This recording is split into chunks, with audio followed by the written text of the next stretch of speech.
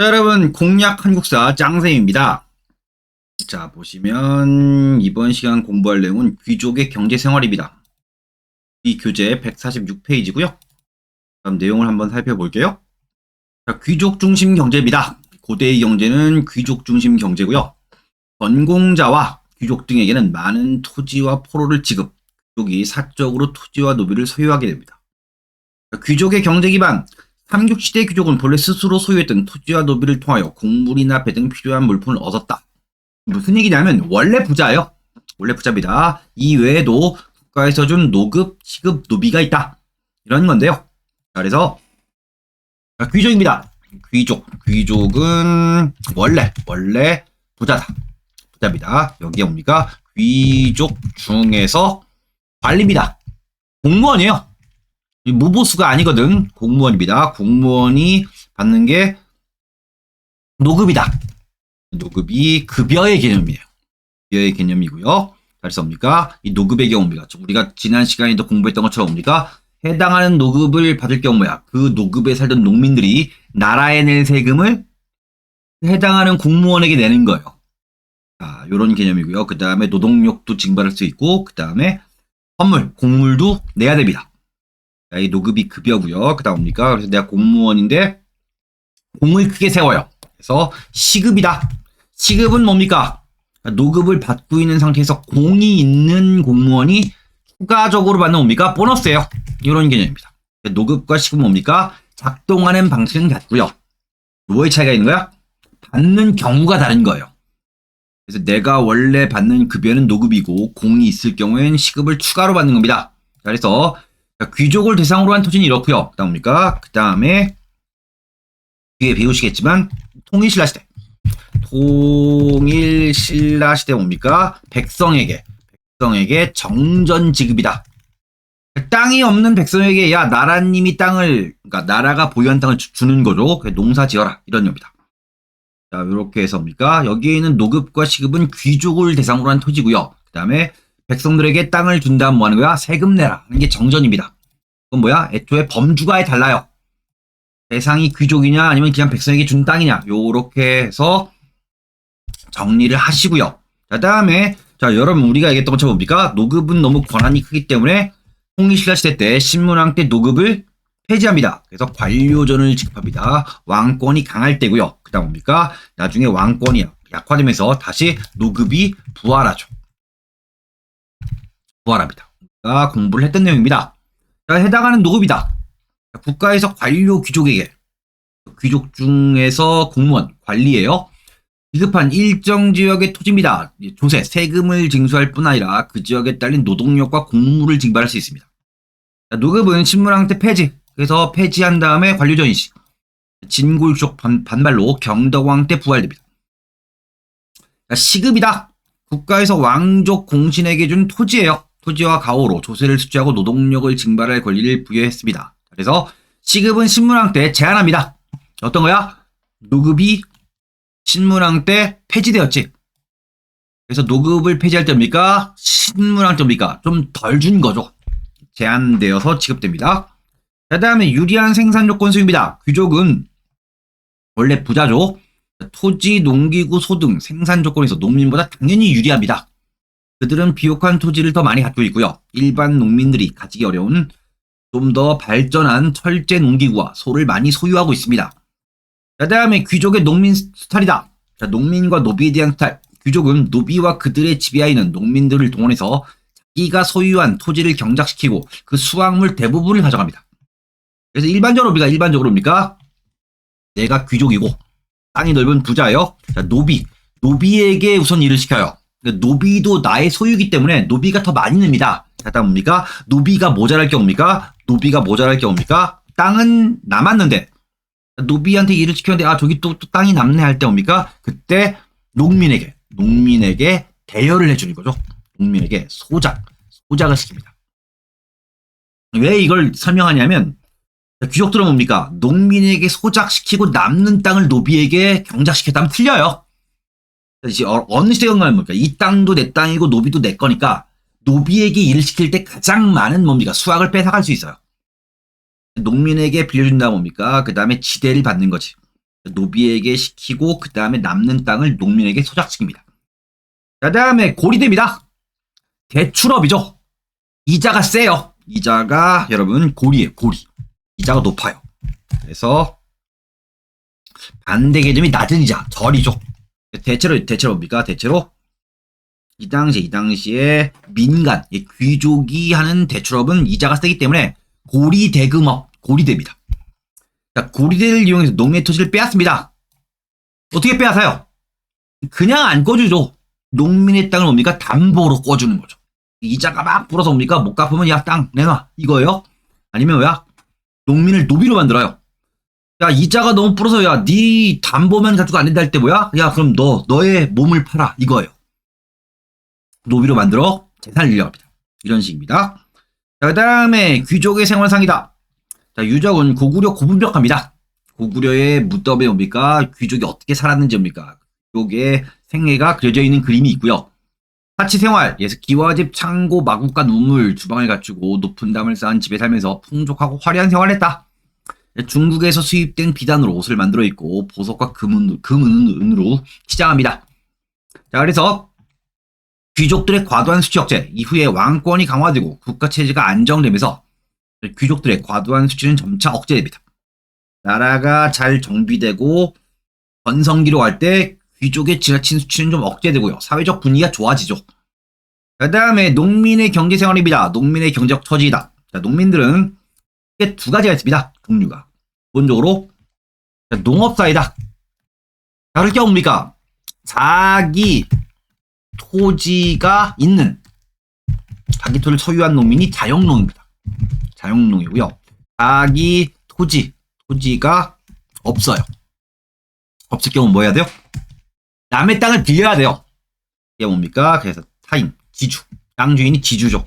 지주의 토지를 빌려 경작합니다. 자, 이게 소작농이죠. 자, 그럼 농민은 뭡니까? 자기 땅이 있거나 없을 경우는 빌리거나요. 자영농 또는 소작농입니다. 그게 가장 기준이 되는 건데, 그럼 자영농은 뭡니까? 자영농은 이 땅이 있어. 자, 여러분, 내가 중국집을 하는데 이 빌딩이 내 빌딩이야. 그럼 나는 뭡니까? 중국집 할 때 뭡니까? 난 세금만 내면 되지. 그런 개념입니다. 그래서 뭡니까? 자영농이 뭡니까? 자기 토지입니다. 자기 소유죠. 자기 소유의 토지입니다. 그럼 뭡니까? 해당하는 농민은 뭡니까? 국가. 해당하는 농민은 국가에 세금만 내면 돼요. 세금만 냅니다. 요런 관입니다. 자, 근데 자기 토지가 없는 농민은 뭡니까? 우선 빌려야 돼. 지주입니다. 지주가 빌려주죠. 그 다음에 이 소작농이 전호예요. 전호입니다. 전호가 소작농입니다. 그래서 지주의 땅을 빌려. 자, 어떤 거야? 내가 중국집을 할 때 뭡니까? 저 빌딩이 남의 빌딩이면 임대료를 건물주가 걷어가죠. 그 얘기예요. 지주가 땅을 주면 뭡니까? 그 다음에 전호는 뭡니까? 지주가 전호에게 지대입니다. 토지를 빌린 대가요. 지대. 지주가 전호에게 뭡니까? 임대료를 걷는 거지. 지대. 그럼 지대가 얼마냐? 우선 뭡니까? 토지가 이만큼 쓰기가 뭡니까? 절반입니다. 수확의 2분의 1입니다. 수확의 2분의 1. 뭡니까? 생산액이 총 100이면 뭐야? 지주에게 50을 줘야 돼요. 나머지 50을 내가 먹어요. 요런 개념입니다. 요런 개념. 자, 그럼 어떤 거야? 자영농이다. 세금만 내면 되지. 전호는 뭐야? 안이나 지주가 뜯어가잖아요. 어떤 거요? 자영농이 많은 나라가 건강한 나라가 돼요. 소작농이 증가하는 나라는 어떻게 돼요? 빈부격차가 심화되는 나라지. 그래서 뭡니까? 어떤 나라는 돼요? 이건 패턴입니다. 자영농의 비율이 높은 국가가 뭡니까? 건전한 국가예요.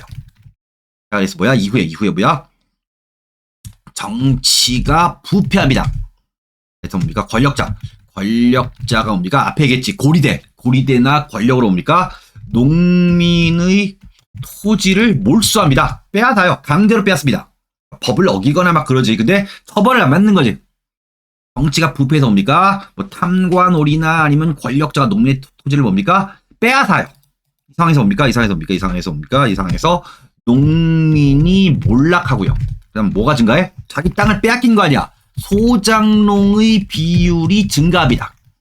어떤 거야? 자영농의 숫자가 감소하고 소장농의 비율이 증가하면 어떻게 돼요? 빈부격차가 커져요. 빈부격차가 증가합니다. 어떤 거야? 극소수의 권력자가 대다수의 토지를 소유하게 되지. 나머지는 뭡니까? 다 가난하게 사는 거야. 그래서 뭐 하는 거죠? 국가가 붕괴합니다. 요 틀이에요. 그다음 뭡니까? 그 다음에 새로운 개혁 세력이 뭡니까? 새 국가를 건설합니다. 건설한다면 뭐야? 토지제도 개혁하는 거야. 그래서 개혁을 할 때 뭐 하는 거야? 왕토 사상을 기반으로 예전의 권력자의 땅을 몰수한 다음에 농민에게 재분배하는 것이 어떤 거야? 새 국가 건설 이유가 뭡니까? 다시 자영농이 증가합니다. 개혁했으니까. 그 다음에 그 국가에 있는 지배층이 또 부패하면서 뭐야? 또 소장농이 증가하고 망하고 이게 패턴이에요. 신라가 망할 때도 그렇고요. 그 다음 뭡니까? 신라가 망한 다음에 토지제도 개혁한 다음에 고려가 처음엔 건전하다가 그 다음에 또 막장되고 망하고 또 조선으로 가고 이게 뭡니까? 공식입니다. 이걸 이렇게 이해하시면 돼요. 그래서 자영농이 많은 사회가 건전한 사회. 그 다음에 망할 때쯤 뭐야? 소장농이 증가합니다. 자, 농민의 토지는 뭡니까? 대체로 척박한 토지가 많았다. 누구랑 비교했을 때? 귀족과 비교했을 때. 그런 거예요. 자, 알아두시고요. 자, 그 다음에 고대 파트에서 가장 중요한 것 중에 하나가 뭐냐면 이거예요. 휴경법의 일반화입니다. 퇴비를 만드는 기술이 발전하지 못한 당시에는 대부분 토지에서 농사를 계속 못 짓습니다. 1년 또는 수년 동안 묵혀두어야 했다. 이겁니다. 이걸 비교하는 게 이거예요. 그래서 5대, 그 다음에 중세, 그 다음에 근세입니다. 근세. 5대는 신라가 있는 시대입니다. 그래서 삼국시대에서 뭡니까? 삼국시대에서 통일신라. 까지가 고대예요. 중세는 고려시대고요. 그 다음에 근세는 조선입니다. 이 계속에 있죠 뭡니까? 이게 1단계, 2단계 완성인데 고대는 특징이 뭐냐면 휴경법, 시비법, 비료 주는 법이 뭡니까? 전혀 발달을 못해요. 그래서 휴경지가 일반적입니다. 무슨 얘기냐면 여러분 농사를 지으면 뭐 하는 거야? 이 쌀이 뭡니까? 자랄 때 밑에 양분을 빨아먹고 자라잖아요. 어떻게 돼? 땅이 척박해져요. 땅이 비옥한 땅이 뭡니까? 이 뭡니까? 굉장히 뭡니까? 황폐화됩니다. 거기에 뭐 다시 땅을 비옥하게 만들려면 비료를 줘야 되지. 근데 고대는 비료 주는 법을 몰라. 그거 어떤 거야? 비료 주는 법을 모르니까 다시 낙엽이 쌓여서 썩을 때까지 그냥 기다리는 거예요.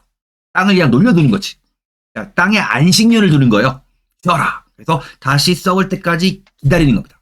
휴경지가 너무 많아요. 이게 고대의 특징입니다. 자, 그래서 이게 중세 때 뭡니까? 시비법이 발달이 옵니까? 발달 시작합니다. 어떻게 되겠어? 어떻게? 휴경지 비료 주니까 휴경지가 감소해요. 그다음 뭡니까? 계속 일상적으로 농사진 땅이 상경지입니다. 그래서 휴경지와 상경지가 반대말이라고 생각하시면 돼요. 노는 땅이고요. 계속 농사짓는 땅이 뭡니까? 증가합니다. 자, 그러다가 뭡니까? 근세 조선에 가면 어떻게 돼? 시비법이 매우 발달해요. 그래서 뭡니까? 그래서 휴경지가 소멸합니다. 휴경지가 소멸. 그다음 뭡니까? 상경지가 어떻게 돼요? 상경지가 일반화돼요. 자, 여러분 간단한 겁니다. 보시면 시비법이 없어. 대부분 뭡니까? 놀려둔 땅입니다. 중세 때 뭡니까? 발달 시작해서 뭡니까? 어떤 거야? 휴경지는 감소해요. 그 다음에 상경지가 증가합니다. 증가하다가 조선시대가 뭐 어떻게 돼요? 시비법이 매우 발달해서 뭡니까? 휴경지가 아예 소멸하고요. 그 다음 뭡니까? 상경지가 올라가서 뭡니까? 일반화됩니다. 그래서 1단계, 2단계, 3단계 완성 이렇게 이해하시면 돼요. 여러분 이게 전법이죠. 실제 시험은 이걸 대비시키는 문제가 아닙니다. 이렇게 정리할 수 있는 것들이 좀 있어요. 뭐 신분제도랄까 뭐 이런 것들 좀 있습니다. 해서 우선 이렇게 여기 파트를 알아두시고요. 그 다음에 농기구 변화입니다. 농기구 돌이나 나무로 만든 것과 일부분을 철로 보완한 걸 사용하다가 4세기에서 5세기 지나면서 철제 농기구가 점차 보급됩니다. 자, 6세기 이후에 철제 농기구가 널리 사용됩니다. 자, 우경도 확대되었다. 소를 이용한 뭡니까? 밭갈이죠. 소의 무지막지한 힘을 버티려면 뭐 하는 거야? 철제 농기구를 당연히 써야 돼요. 철제 농기구 아닌 걸 쓰면 망가지죠. 자, 그래서 뭡니까? 이게 세트로 엮여 있습니다. 자, 다음에 보시면 농민에 대한 과중한 수치입니다. 농민의 생계 위협이다. 자, 국가는 농업을 장려하여 농민 생활의 안정을 꾀하였지만 지나친 세금 징수는 농민의 생활을 어렵게 합니다. 수산물 납부, 농민들은 국가와 귀족에게 생활이 어려울 정도로 과도하게 곡물, 삼백, 과실 등을 내야 됐고요. 구역동원, 성이나 저수지 쌓는 일, 산밭을 경작, 뽕나무를 기르는 일 등의 우리가 동원됩니다. 자, 전쟁 동원, 삼국간 전쟁이 치열해지기 전입니다. 이건 예전에 우리가 부여 고구려 할 때 설명했던 건데요. 자, 귀족을 비롯한 중앙의 지배층이 군사력의 중심이었기 때문에 지방 농민들은 전쟁 물자의 조달 담당하거나 자벽부로 동원됐다 해서 뭡니까? 이건 전에 정리한 게 뭡니까? 계급 사회 초기. 이게 뭡니까? 지배층이 전쟁을 주도합니다. 쉽게 하면 뭐 하는 거예요? 병장기, 무기를 지배층이 독점해요. 그래서 뭡니까? 그래서 평민층은 주로 뭐야? 보급 담당입니다. 전쟁에 데려는다. 근데 전투병으로 동원하지는 않아요.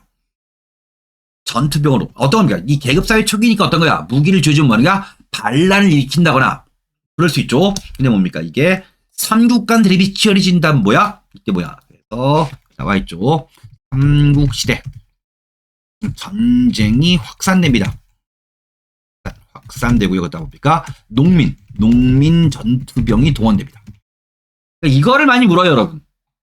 초기 계급사회 때 뭡니까? 전쟁을 일반 평민층이 전투병으로 일반 농민들이 주도했다면 다 틀려요. 이거 은근히 시험 문제 많이 나옵니다. 전에 얘기를 했고요. 그래서 삼국간 대립이 치열해진 이후에야 지방 농민이 전쟁에 군사로 동원돼요. 전쟁 물자의 조달 부담도 더 증가합니다. 그 다음에 농민의 노력과 한계. 자, 농민들은 이러한 수치 최대화에서 생활을 향상시키려고 노력합니다. 자, 스스로 농사기술 개발. 이게 가장 중요합니다. 농업기술을 계속 발달시켜요. 계곡 옆이나 산비탈 등을 경작지로 바꾸어갑니다. 황무지를 계속 개간해서 이러한 노력으로 농업 생산력을 계속 향상시킵니다. 그래서 어떤 거야? 자, 농업기술은 계속 발달합니다. 자, 여러분, 뭐 과학이나 기술은 계속 꾸준히 발달을 해요. 근데 뭡니까? 한계.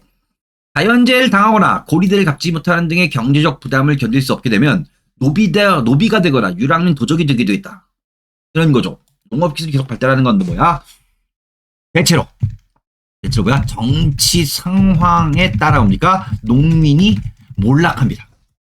그러니까 농업기술은 꾸준히 이렇게 올라가요. 그래프가. 어떤 거야? 정치가 부패해서 농민들에 대한 수탈이 늘어난다 할 때 뭐야? 농민들이 계속 몰락하는 거지.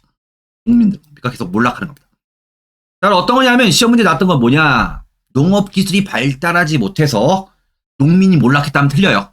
기술은 계속 누적되고 쌓이지. 그런 거예요.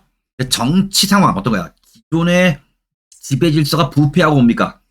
정치가 제대로 정치를 못하니까 망하는 겁니다. 그 다음에 보시면 고구려의 귀족과 평민입니다. 3만 원대 대가들은 경작하지 않고 먹는 자가 1만 명이나 되었다. 하호 평민층이죠. 대가에 공급했다. 힘들었다. 대가들은 경작하지 않고 하호들은 구세, 세금을 바치며 평민층이죠. 노비와 같다. 노비처럼 힘들게 살았다는 거지. 하호는 평민입니다. 자, 그 다음에 보시고요. 그 다음에 우리가 앞에서 경제 파트에 나올 만한 문제를 한번 보고 마무리를 짓겠습니다. 자, 그럼 보시면 자, 여러분 경제 파트에서 여러분 가장 많이 나오는 유형의 문제는 뭐야? 토지 문제입니다. 2012년 지방직 구급시험 문제고요. 자, 밑줄 친 기억 리을에 대한 설명으로 옳은 겁니다. 그래서 문무왕 때 김유신에게 어쩌다 내고 시급이다. 자, 보너스로 주는 거예요. 그 다음에 신문왕 7년에 관료전을 줬다. 노급을 폐지했죠. 신문왕 9년에 노급을 혁파했다. 이 순서를 보면 어떻게 돼 있냐면 정확하게 얘기하면 뭐야? 관료전을 시범적으로 주고 그 다음에 노급을 다 없앤 거예요. 관료전을 먼저 시범적으로 주고 그 다음에 노급을 없앤 겁니다. 확한 순서는 그래요. 성덕왕 때 백성에게 정전을 지급했다. 이거 뭡니까? 위에 있는 얘기는 귀족을 대상으로 한 얘기고, 성덕왕 때 뭡니까? 백성에게, 토지가 없는 백성에게 나라의 땅을 준 다음 농사 지은 다음에 세금 내라 한 거예요. 자, 보시면 시급이다. 조세를 수취하고 노동력을 증발할 권리를 부여했다. 이게 답이에요. 그 다음에 관료전.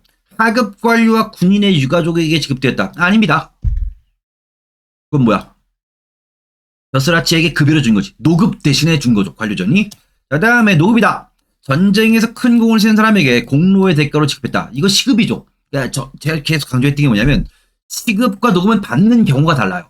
그래서 원래 그냥 급여를 받는 게 노급이고 이렇게 공을 세울 경우에 받는 게 시급이야. 그래서 뭐야? 1번과 3번이 모두 시급이에요. 그 다음에 리을이다. 왕권이 약화되는 배경이 됐다. 당연히 아니죠, 여러분. 왕이 야 이건 나라님의 땅인데 네가 가져서 농사지어서 세금을 내라 할 때 뭡니까? 농민들이 무지하게 좋아하겠지. 와 우리 성덕대왕 끝내준다 이런 거야. 그러니까 왕권이 강하니까 가능한 거예요 이게. 이렇게 해서 여러분 이 정도 문제는 굉장히 괜찮은 문제입니다. 정리를 잘 해 두시고요. 그래서 오늘 수업은 여기까지 나가도록 하겠습니다. 여러분 자 구독과 좋아요 알람 설정 부탁드리겠습니다. 수고하셨습니다.